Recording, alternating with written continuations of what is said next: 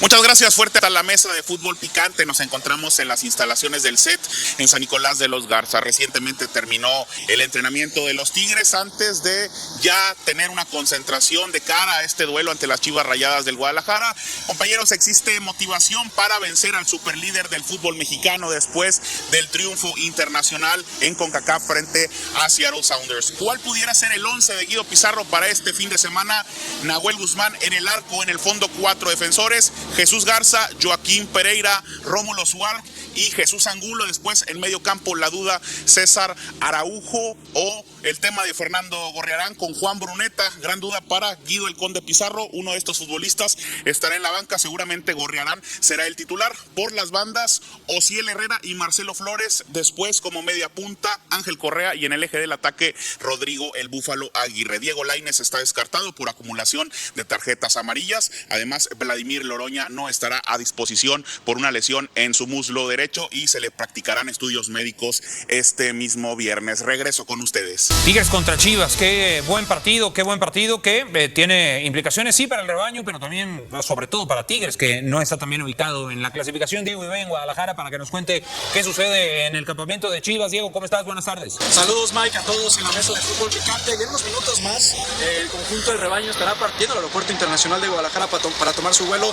hacia la Sultana del Norte. Hoy la novedad es que pues no tuvimos el acceso como normalmente es cuando es en calidad de visitante para poder observar cada jugador que va a subirse al autobús. Hoy la dinámica cambió, pues a esperar, ¿no? Desde aquí afuera que alcanzamos a ver. Pero en cuanto a lo que tenemos conocimiento, Omar Gobea es el único elemento que se perderá el duelo ante los Tigres por lesión muscular. Nos señalaban que el mediocampista de confianza, Gabriel Milito, pues se prolongará su baja, ¿no? Al menos hasta la última jornada contra los Choros de Tijuana o en su caso hasta la liguilla. En torno al 11, bueno, sin novedades, planea implementar lo mismo que utilizó ante los Pumas de la UNAM, a pesar de los cuestionamientos de por qué Brian Gutiérrez no ha sido titular y con la selección mexicana ha demostrado cosas positivas. Él se mantiene con Luis Romo y Rubén El Oso González, que hablando de Luis Romo, nos comentan fuentes que el Vasco Aguirre se ha comunicado con el mediocampista para saber cómo está después de su lesión.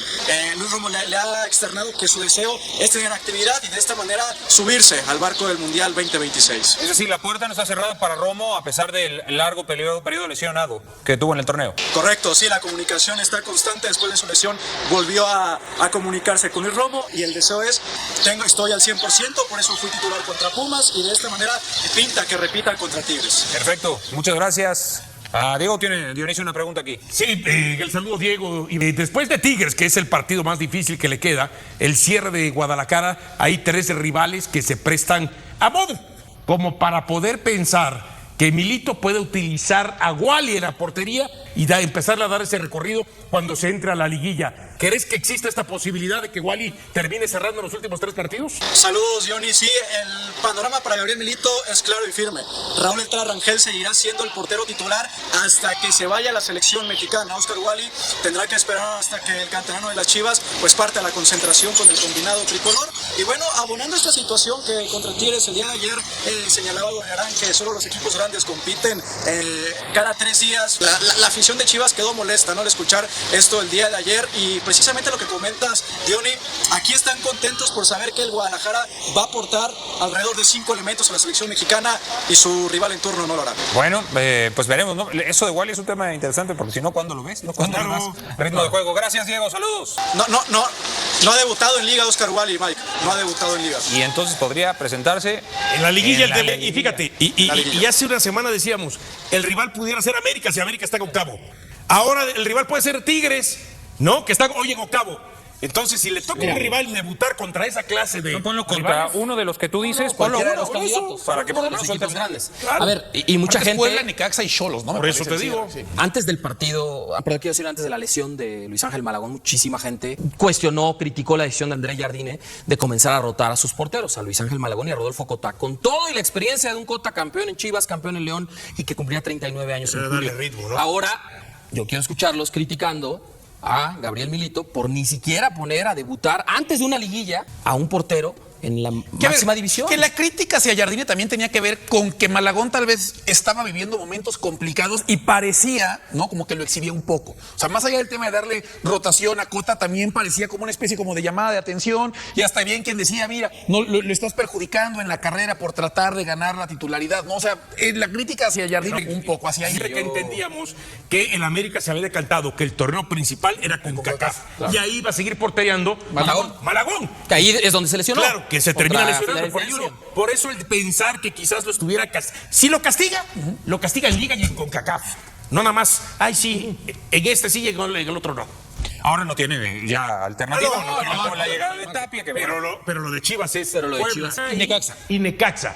Da la posibilidad que con por lo menos un par de partidos tendría que ponerlo para que le vaya dando ritmo. Que podrías de pronto esos últimos dos hasta llegar ya siendo líder del torneo, no solo calificado, líder de la competencia, ya sin perder. A menos que le interese romper el récord de puntos. Que sí pero eso sería anecdótico. Sería muy anecdótico. 4 victorias. Sí, pero si en primera ronda te vas porque el portero se equivoca, ¿sabes de qué van a servir esos récords? Esos 44 puntos de nada, ¿no? Yo sí pienso que más allá, quizá asegura el liderato, pero más que el récord de puntos, darle juego a Wally. Claro. Y decir, a ver, ¿está preparado o no está preparado, no? Porque si no, de repente dices, pues le voy a tener que voltear a ver al tapatío, ¿no? Lo que pasa es que, más que mientras vemos la salida de Chivas, de las instalaciones de Verde Valle, yo siento, no vas a un partido o hasta dos, no te van a decir si tiene nivel o no. Sacar el nervio, ¿no? O sea, muchas veces, imagínate el nervio, ¿cómo puedes imagínate. O Atlas, o quien sea. Chivas en liguilla, esta temporada en particular, o sea, la presión en esta liguilla me parece que cae directamente sobre Chivas por las expectativas generadas a lo largo de la temporada, ¿no? O sea, independientemente de quién te enfrentes, ¿eh?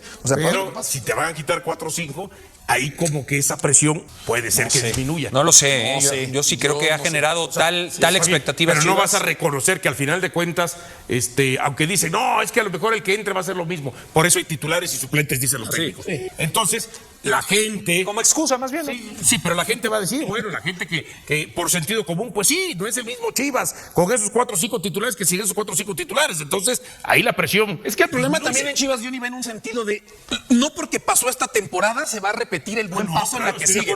Cuando además no sabes si va a regresar el Tala, si va a regresar el Hormiga, si va a regresar Brian, si va a regresar... O sea, eso hace justamente que es ahora o nunca. O tal vez no nunca, pero es ahora o tratar de dar ese golpe. Ahora o en unos años. Porque nada te garantiza que este buen torneo se repita. Por eso hay mucha afición de Guadalajara que no le agrada la idea que se vayan 4 o 5 jugadores a selección. Pero ellos, con selección ya sabemos hasta dónde vamos a llegar. Acá es la posibilidad de un título. Pero Javier Aguirre en la última conferencia en el Centro de Alto Rendimiento, justo cuando le cuestionamos sobre el ciclo de 37 días que tendrá con los jugadores de Liga MX antes de la Copa del Mundo, en donde además va a tener que cortar a varios, previo al 28 de mayo, pero bueno, al menos del 7 al 28 de mayo, 3 semanas, va a tener a 20 y tantos jugadores, y de ahí va a cortar probablemente 8 o 10. Chivas a Ledesma, pero fíjate, el propio Vasco dijo, y lo nombró, que a Mauri Vergara había sido uno de los dueños que frontalmente le dijeron, Javier, todos los que necesitas. Está bien, pero la gente de Chivas se enoja, que se enojan con el dueño. Está bien, pero ese es a Mauri. Yo a llorar a otra parte. Yo te hablo de un sector de la afición, porque así como hay un sector de la afición y hay fans que dicen, 5 o 6 de Chivas, qué bueno, nos da gusto, también hay un sector que dice, no, yo quisiera que se queden con el equipo para que jueguen la liguilla, porque se sienten cerca de la posibilidad de un torneo. Pensando en lo que dice Toño, que la inercia, bueno, lo tuvo el torneo pasado y pero después no sabemos. A lo mejor pensaron que FIFA les iba a autorizar la ventana de transferencias y que podía entrar un portero que se quedara fuera de liguilla, como Toño Rodríguez, por ejemplo,